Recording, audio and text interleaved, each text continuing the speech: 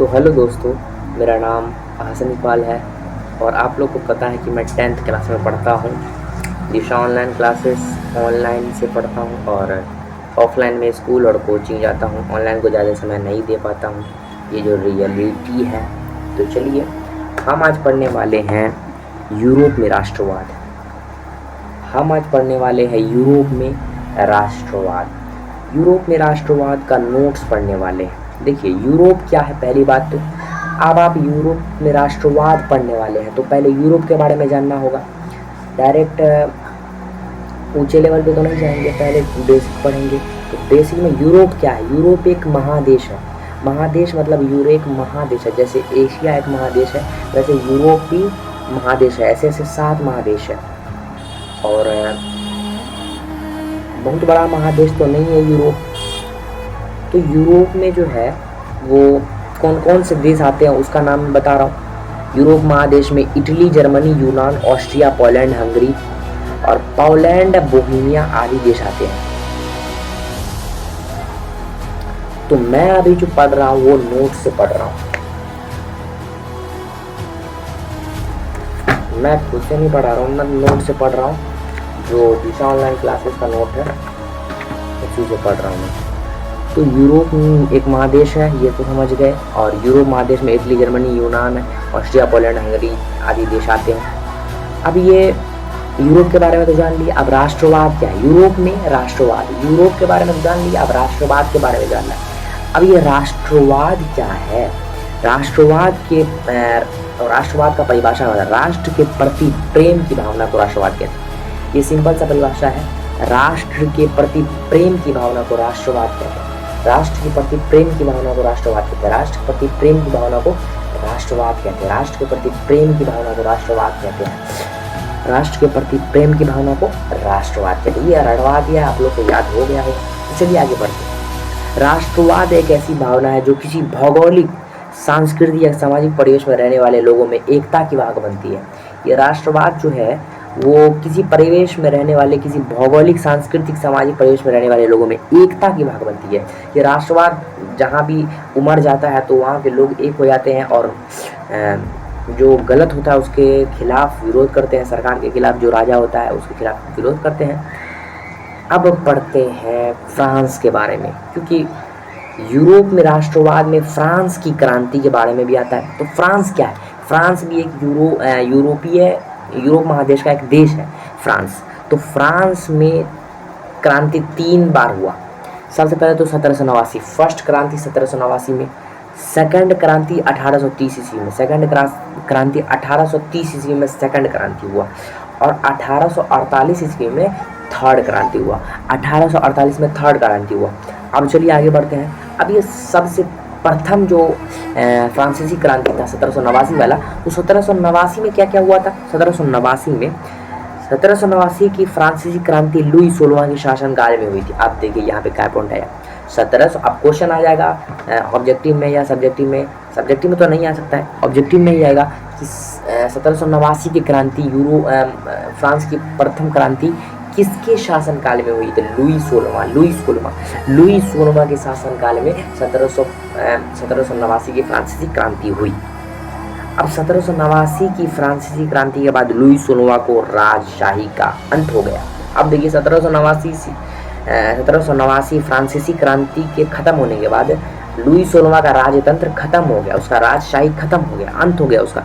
और उसके बाद 1793 ईस्वी में लुई 16वां को फांसी की सजा सुनाई गई, मतलब दे दी गई।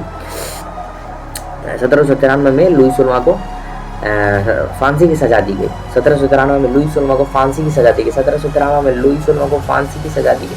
1793 में लुई 16वां को फांसी की सजा दी गई। अब नेपोलियन युग। अब नेपोलियन भी एक राजा ही था, उसका युग के बारे में पढ़ेंगे। नेपोलियन युग कब से कब था? सबसे प्रथम चीज़ तो यह है कि भाई कब से कब था उसका, तो 1804 से लेकर 1815 तक। 1804 से लेकर 1815 तक नेपोलियन युग था, मतलब कि हो गया 11 वर्ष का। 11 वर्ष का नेपोलियन युग था, 1704 से 1715 तक। अब 1804 में नेपोलियन फ्रांस का सम्राट बना और नेपोलियन संहिता लागू किया। अब नेपोलियन जो था वो फ्रांस का राजा कब बना? 1804। 1804 से 1815 तक उसका शासनकाल था। तो प्रथम बार शासनकाल तो इसी में तो है। 1804 में प्रथम बार नेपोलियन सम्राट बना, फ्रांस का सम्राट बना। 1804 में नेपोलियन फ्रांस का सम्राट बना और उसने क्या लागू किया? नेपोलियन संहिता लागू किया। एक संविधान की टाइप का होता है, नेपोलियन संहिता लागू किया। नेपोलियन संहिता 1815 ईस्वी में नेपोलियन वाटरलू के युद्ध में हार गया। अब बोलेगा नेपोलियन वाटरलू के युद्ध में कब हारा, या वाटरलू का युद्ध कब हुआ था? 1815 ईस्वी में वाटरलू का युद्ध हुआ था। 1815 ईस्वी में वाटरलू का युद्ध हुआ था जिसमें नेपोलियन हार गया। 1821 में नेपोलियन का मृत्यु हुआ। अब नेपोलियन का मृत्यु 1821 ईस्वी में हुआ था। नेपोलियन की मृत्यु 1821 ईस्वी में हुई थी। नेपोलियन की मृत्यु 1821 ईस्वी में। अब वियना सम्मेलन, ये एक तरह का सम्मेलन है जो वियना में हुआ था। तो वियना सम्मेलन 1815 ईस्वी में वियना सम्मेलन हुआ। 1815 ईस्वी में वियना सम्मेलन हुआ। 1815 ईस्वी में वियना सम्मेलन। 1815 ईस्वी में वियना सम्मेलन। यूरोप की विजय शक्तियाँ नेपोलियन के पतन के बाद 1815 ईस्वी में ऑस्ट्रिया की राजधानी वियना में एक सम्मेलन बुलाया जिसे वियना सम्मेलन के नाम से जाना था। अब इसको देखिए क्या लिखा हुआ है, यूरोप की विजय शक्तियों नेपोलियन के पतन के बाद यूरोप में जो विजय शक्तियाँ थी, जो जीती थी विजय शक्तियों ने नेपोलियन के हार के बाद जो फ्रांस का मतलब सम्राट विजय शक्तियाँ थी जो नेपोलियन को हराया था, उन सबों ने ऑस्ट्रिया की राजधानी वियना में 1815 ईस्वी में एक सम्मेलन बुलाया। उसी को वियना सम्मेलन कहते हैं। 1815 ईस्वी में वियना सम्मेलन हुआ था।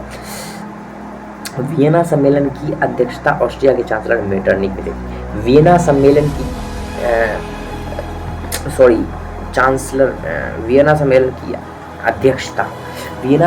की अध्यक्षता किसने की? तो मेटरनिक, मतलब ऑस्ट्रिया के चांसलर। मेटरनिक कौन था भाई? ऑस्ट्रिया का चांसलर था। मेटरनिक ऑस्ट्रिया का चांसलर था जो कि वियना सम्मेलन का अध्यक्ष था। अब मेटरनिक प्रतिक्रियावादी शासक था जिसका उद्देश्य था गणतंत्र का विरोध करना और राजतंत्र का पुनः। ये साला जो था, ये मेटरनिक जो था वो बहुत प्रतिक्रियावादी था, वो बहुत मतलब निर्दयी था। वो चाहता था कि सबको आज़ादी ना मिले, फिर से राजतंत्र हो, गणतंत्र ना हो, सबको आज़ादी ना मिले, राजतंत्र हो, उसका टैक्स जितना मन राजा का वो ले। तो ये जो है ना मेटरनिक प्रतिक्रियावादी था साला। तो मेटरनिक ने फ्रांस में पुरातन व्यवस्था की पूर्ण स्थापना की। मेटरनिक ने फ्रांस में पुरातन व्यवस्था की, आप बताइए, मेटरनिक ने फ्रांस में पुरातन व्यवस्था की पूर्ण स्थापना कर दी। अब आगे पढ़ते हैं। वियना कांग्रेस द्वारा फ्रांस में बुर्बो राजवंश को पुनर्स्थापित किया गया तथा लुई 18वां फ्रांस का राजा बना। अब देखिए यहाँ पे क्या होता है। वियना कांग्रेस द्वारा फ्रांस में बुर्बो राजवंश स्थापित किया गया। वियना कांग्रेस द्वारा, किसके द्वारा? वियना कांग्रेस।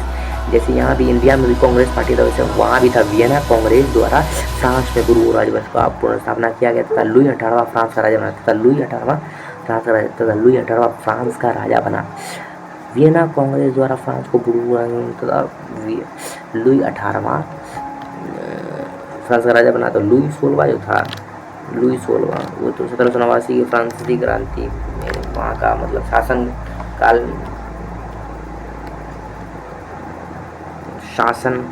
काल में हुई थी। मतलब 1789 की क्रांति लुई 16वां के शासन काल में हुई थी।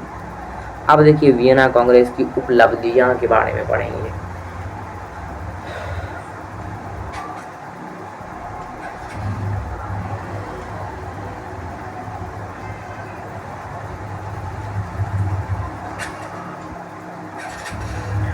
वियना कांग्रेस की उपलब्धियां के बारे में पढ़ेंगे। वियना कांग्रेस की उपलब्धियां, फ्रांस में बुर्बो वंश की पुनर्स्थापना कर लुई 18वां फ्रांस का राजा बना। अब फ्रांस में जो था वो बुर्बो राजवंश का स्थापना कर दिया। किसका स्थापना कर दिया? बुर्बो राजवंश का स्थापना कर दिया फ्रांस में। और लुई 18वां फ्रांस का राजा बन गया। लुई 18वां फ्रांस का राजा बन गया। बताइए, इटली को मेटरनिक ने कई राज्यों में विभाजित कर दिया था। अब इटली जो था, इटली क्या है? यूरोप का एक देश है, यूरोप महादेश का एक देश है जिसको इटली को मेटरनी ने कई राज्यों में विभाजित कर दिया। जर्मनी में 39 रियासत का संघ कायम रहा जिस पर ऑस्ट्रिया का अधिकार स्थापित किया गया। जर्मनी में 39 राज्यों का संघ कायम रहा जिस पर ऑस्ट्रिया का अधिकार स्थापित किया गया। ये सब नॉर्मल चीज़ है। 1830 की फ्रांसीसी क्रांति के बारे में पढ़ेंगे। अब 1830 की फ्रांसीसी क्रांति, 1830 की फ्रांसीसी क्रांति चार्ल्स एक्स के शासनकाल में, मतलब फ्रांस की क्रांति, सेकंड क्रांति जो थी, फ्रांस की सेकंड क्रांति वो 1830 ईस्वी में हुई। थर्ड वाला तो जानते हैं 1848 में हुई, तो सेकंड वाला 1830 में हुई, उसी के बारे में पढ़ेंगे। 1830 की फ्रांसीसी क्रांति मतलब सेकंड क्रांति मतलब फ्रांसीसी क्रांति चार्ल्स एक्स के शासनकाल में हुई थी। किसके शासनकाल में? तो चार्ल्स एक्स के शासनकाल में हुई थी। 1830 की फ्रांसीसी क्रांति चार्ल्स एक्स के शासनकाल, 1830 की फ्रांसीसी क्रांति चार्ल्स एक्स के शासनकाल में हुई थी। चार्ल्स एक्स के शासनकाल में हुई। चार्ल्स एक्स प्रधानमंत्री पोलिग्रेक था। चार्ल्स एक्स का प्रधानमंत्री कौन था? पोलिग्रेक। आप सोचिएगा कि चार्ल्स एक्स तो राजा था, अब उसको प्रधानमंत्री की क्या ज़रूरत है? लेकिन नहीं, प्रधानमंत्री की ज़रूरत है, क्योंकि जब वो तो राजा है लेकिन इसको प्रधानमंत्री बना दिया। तो प्रधानमंत्री राजा द्वारा बनता था पहले। तो 1830 की फ्रांसीसी के बाद चार्ल्स एक्स फ्रांस की गद्दी को त्याग कर इंग्लैंड पलायन कर गया। 1830 की क्रांति के बाद 1830 की क्रांति हुई, लोगों में जागरूकता आया, लोगों ने प्रदर्शन किया। तो ये जो है चार्ल्स एक्स वो 1830 की क्रांति के बाद चार्ल्स फ्रांस की गद्दी को त्याग कर इंग्लैंड पलायन कर गया, मतलब वहाँ चला गया, इंग्लैंड चला गया। फ्रांस में बुर्गो वंश का अंत हो गया। अब जो 1830 की क्रांति के बाद वो फ्रांस में बुर्गो वंश का अंत हो गया। अलेयेंस वंश की लुई फिलिप फ्रांस का शासक बना। अब ये क्या नई बला है भाई, अभी एक नया राजा आया। हिस्ट्री जो है ना, कौन डाल दिया ये सब्जेक्ट पता नहीं। चलिए, फ्रांस में बुर्गो वंश का आता ये वंश फिलिप फ्रांस का, लुई फिलिप फ्रांस का।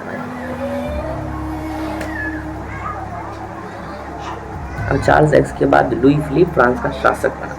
अब 1830 की फ्रांसीसी क्रांति के बाद संवैधानिक राजतंत्र की स्थापना हुई। अब देखिए, अब 1830 की फ्रांसीसी क्रांति के बाद संवैधानिक राजतंत्र की स्थापना हुआ। बहुत बढ़िया। अब हम पढ़ेंगे फ्रांस की क्रांति की थर्ड फ्रांस की क्रांति। क्या पढ़ेंगे आज या कल की क्लास में करें? क्या आज पढ़ेंगे या कल की क्लास में करें? तो बच्चों देखिए, फर्स्ट सेकंड पढ़ लिए तो थर्ड भी पढ़ ही लेते हैं, इसका पूरा कॉन्सेप्ट क्लियर कर लेते हैं। तो चलिए, बस थोड़ा सा है, दो लाइन बस, दो लाइन। 1848 के फ्रांसीसी क्रांति, 1848 की फ्रांसीसी क्रांति लुई फिलिप के शासनकाल। अब देखिए, कोई पूछेगा 1848 की फ्रांसीसी क्रांति किसके शासनकाल में हुई थी? तो भाई 1830 का फ्रांसीसी क्रांति का बाद जो आएगा हार के, मतलब जो लास्ट में शासन बनेगा उसी के शासनकाल में होगा। 1848 का फ्रांसीसी क्रांति उसी के शासनकाल में, मतलब चार्ल्स वो लुई फिलिप के शासनकाल में। 1830 की फ्रांसीसी क्रांति लुई फिलिप के शासनकाल में, 1830 की फ्रांसीसी क्रांति लुई फिलिप के शासनकाल में हुई। 1830 की फ्रांसीसी क्रांति, अबे सॉरी यार, 1848 की फ्रांसीसी क्रांति, 1848 की क्रांति थर्ड फ्रांसीसी क्रांति लुई फिलिप के शासनकाल में हुई थी। लुई फिलिप का प्रधानमंत्री गीजो था। अब देखिए लुई फिलिप का प्रधानमंत्री कौन था? गीजो। लुई फिलिप का प्रधानमंत्री कौन था? गीजो था। लुई फिलिप का प्रधानमंत्री कौन था? गीजो था। लुई फिलिप का प्रधानमंत्री गीजो था। लुई फिलिप का प्रधानमंत्री कौन था? तो गीजो था। लुई फिलिप का प्रधानमंत्री कौन था? तो गीजो था। लुई फिलिप का प्रधानमंत्री कौन था? तो गीजो। लुई फिलिप का प्रधानमंत्री कौन था? गीजो था। कौन था? गीजो। यहाँ पे लिखा होगा, यहाँ पे देखिए आप। तो 1848 के फ्रांसीसी क्रांति में कौन सा किसके शासनकाल में? तो लुई फिलिप का शासनकाल में। लुई फिलिप का प्रधानमंत्री गीजो था। क्रांति के बाद लुई फिलिप गद्दी छोड़कर इंग्लैंड चला गया। अब क्रांति के बाद हुआ, लोग क्रांति करेंगे, लोग प्रदर्शन करेंगे, गद्दी तो छोड़ना पड़ेगा। भाई तुम ये करोगे, लोगों के साथ अत्याचार करोगे तो क्रांति होगा, क्रांति होने पर तुमको भागना पड़ेगा। तो लुई फिलिप भी गद्दी छोड़कर कहाँ भाग गया, इंग्लैंड चला गया। नेशनल असेंबली ने गणतंत्र की घोषणा की। अब देखिए 1848 में नेशनल असेंबली ने गणतंत्र की घोषणा की, वहाँ आज़ादी हो गया। नेशनल असेंबली ने गणतंत्र की घोषणा की, मतलब 1848 में नेशनल असेंबली ने गणतंत्र की घोषणा की और पुरातन व्यवस्था का अंत हो गया और लुई फिलिप फ्रांस का और लुई नेपोलियन फ्रांस का सम्राट। अब देखिए पुरातन व्यवस्था का अंत हो गया और लुई नेपोलियन फ्रांस का सम्राट बना।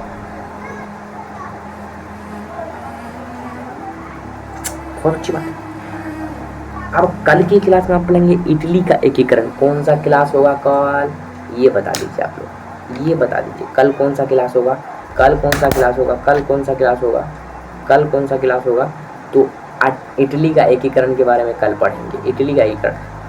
और अगर आप इस नोट से नहीं पढ़ते इतना चीज़ तो बहुत ज़्यादा समय लगता।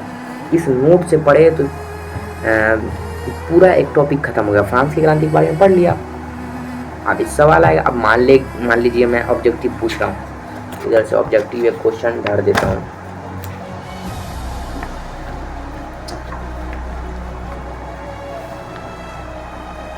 अब जर्मनी का सॉरी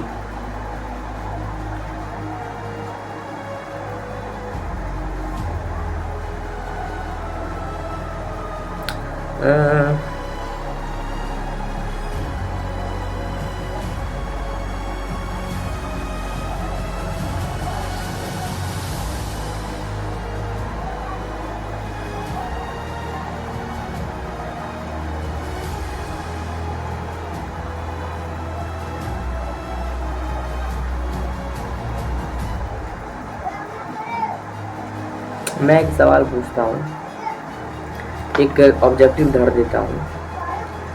अब ये बताइए कि फ्रांस की क्रांति कब कब हुई, तो 3 बार हुई, 1789 में, 1830 में, 1848 में।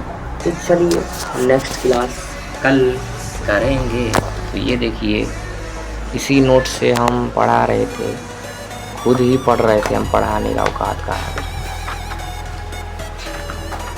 देख रहे हैं दिशा का पूरा नोट्स, मतलब 2027 में दूंगा, लेकिन 26 वालों का नोट्स ही करवा लिया हूँ। सर ने तो अभी दिया ही नहीं है, तो इसीलिए मैं पहले से ही, वैसे कोई फ़र्क नहीं होता है 27 वाला और 26 वाला, बस थोड़ा सा। चलिए बाय दोस्तों, कल मिलते हैं।